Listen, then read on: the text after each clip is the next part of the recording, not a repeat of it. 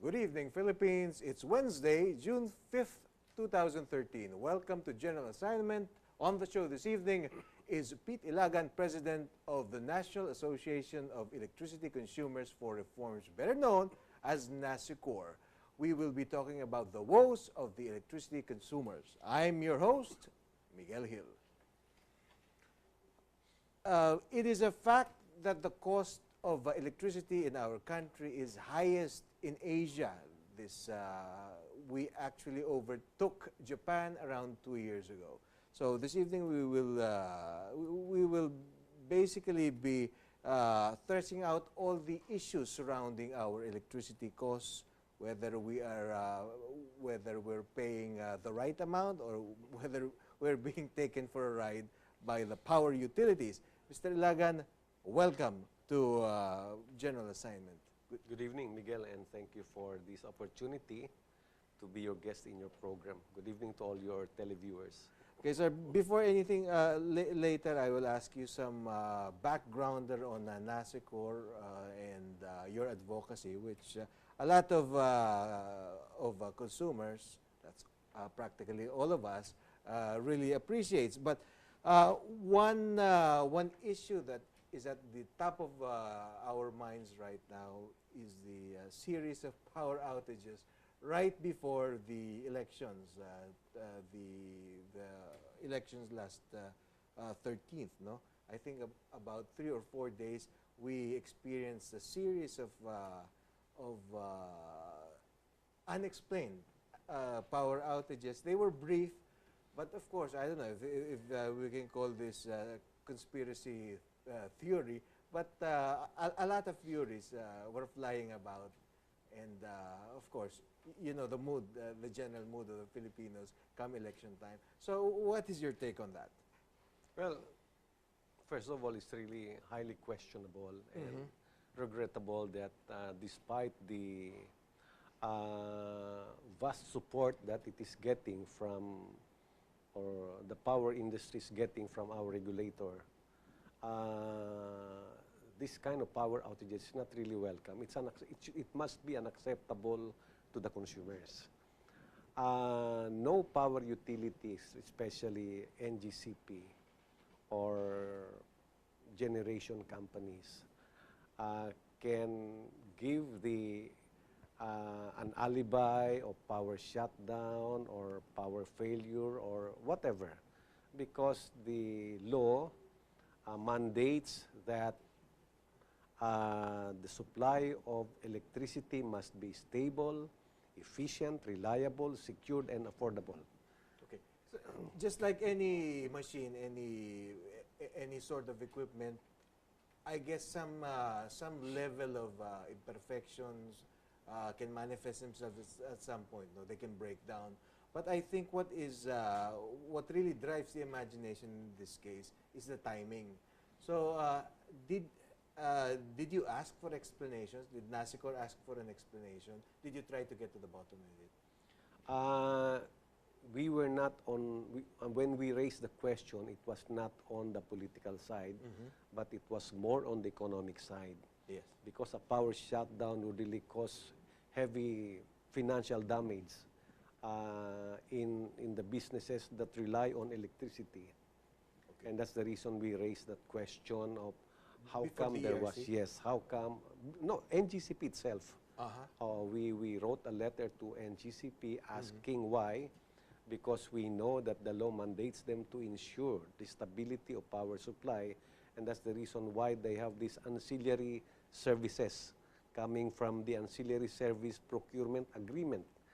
That's why we can see, even if you visit their website, you can see the components of the ancillary services that they have contracted. They have this contingency reserve, they have the regulating reserve, they have the dispatchable reserve, which are all passed on to the consumers. In other words, we are all paying for these contracts, for the cost of these contracts. Okay. So did you get any answer? Not yet. It was just sent last week. So we're still away. We can give them 15 days at least. No?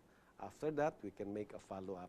Was it fairly, here in Metro Manila, we who are under the Meralco grid felt it, but not. It was not that significant. But I'm sure you have eyes and ears all over the country. How significant was it in other provinces? Well, only Luzon was it. Yes. Visayas and Mindanao were spared from these power outages because these were generation plants located in Luzon that had this shutdown, sudden shutdown. Unexplained shutdown. Yes, and we would like to thank the Department of Energy for initiating an investigation of the cause of this power shutdown. We are talking of the power shutdown in last May 8th. Yes. This was in last May, and we're still awaiting the result of this investigation that our very own secretary have announced. So while waiting for that, we wrote NGCP to ask for their version of this sudden shutdown. But the fact that you wrote NGCP and asked for an explanation means that you smell something fishy. Of course, because as I've said earlier, power outages are unacceptable under the present conditions, where we are introducing these reforms of ensuring that the supply of electricity must be stable. Okay, very interesting topic for you this evening, and something that most, if not all of you, can identify with. So if you want to take part in our discussions, you can text your questions or reactions to globe number 0915-209-6012. That's 0915-209-6012. Okay, sir, before anything, of course, Nasecor is fairly well known, and I remember way back, I think it was 2006, it was because of your efforts, the efforts of your group, that we received a modest refund from Meralco. But nonetheless, although it was modest, it was symbolic. The fact that it was sort of proven that we were being overcharged. Although I mean they were not comfortable with the term overcharging, or that we were overcharged. But I guess that is implied by the fact that there was a refund. No? So tell us something about Nasecor and what you have been doing the past couple of years in order to champion the rights of all of us, the consumers. Well, Nasecor actually is an offshoot of our efforts in Tacloban City, when we filed a petition for rate reduction before the former Energy Regulatory Board. This was in 1998. Perhaps some of the businessmen in Visayas heard about our efforts. So the Cebu Chamber of Commerce initiated a consumer congress where they invited consumer advocates from Davao, from Cagayan de Oro, from Cebu City, and Leyte Samar. That's where the idea of coming up with a national consumer organization came up.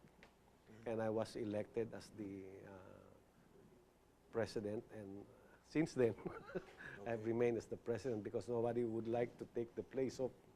You must have made a lot of enemies, and a lot of enemies with deep pockets. I would say friends rather than enemies. So for one enemy, although we have so many, get 100 happy consumers. We have so many detractors. We have critics from the power industry because they are the ones somehow feeling the pinch. Yes, sabi nga nila, tinik daw ako, tinik eh. And yet, sir, despite your efforts, hindi naman natin may tatago na medyo mataas pa rin ang power cost, no? Sa ating bansa. In fact, naungusan na natin ang Japan as the I remember back in the 90s, pag sinabi mo Japan, talaga napakamahal ng elektrisidad, no? Ngayon, the Philippines has overtaken Japan as the most expensive. It's a good thing you mentioned that, because as we look for solutions in overcoming the high cost of power, the EPIRA, the Electric Power Industry Reform Act, has a certain provision that would allow anyone to understand well why our cost is so much. Sabi nga ng IPIRA, the rates must be such as to allow the recovery of just and reasonable cost and a reasonable return to enable the entity to operate viably. So from this provision, one can easily understand why do we have these rates in our monthly bill. For example, why are we charged 5 pesos per kilowatt hour in our generation charge? Why are we charged 1 peso per kilowatt hour in our transmission charge? And so forth. Why are we charged 1 peso in our distribution charge and 40 centavos for our supply and another 40 centavos for the metering charge? All these charges, these rates are meant to allow the investor, the utility, to recover their capital. So in other words, Through the rates, they are guaranteed recovery of their capital. and few businesses can have that privilege that they are guaranteed a margin of at least how many percent?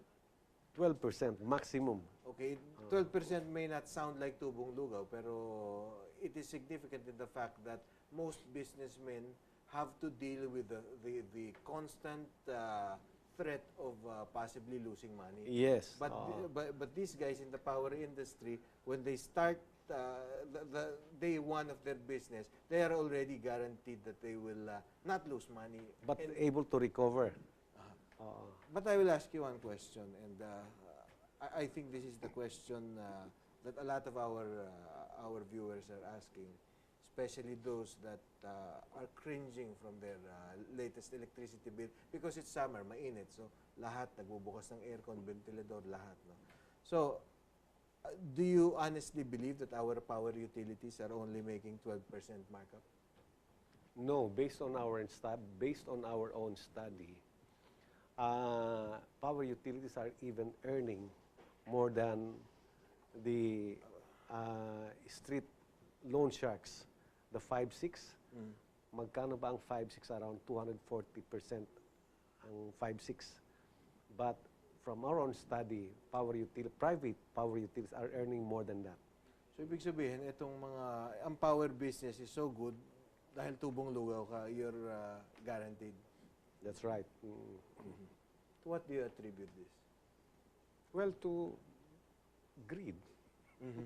Okay, but you have a government regulator. So how do you think that gets past the Energy Regulatory Commission?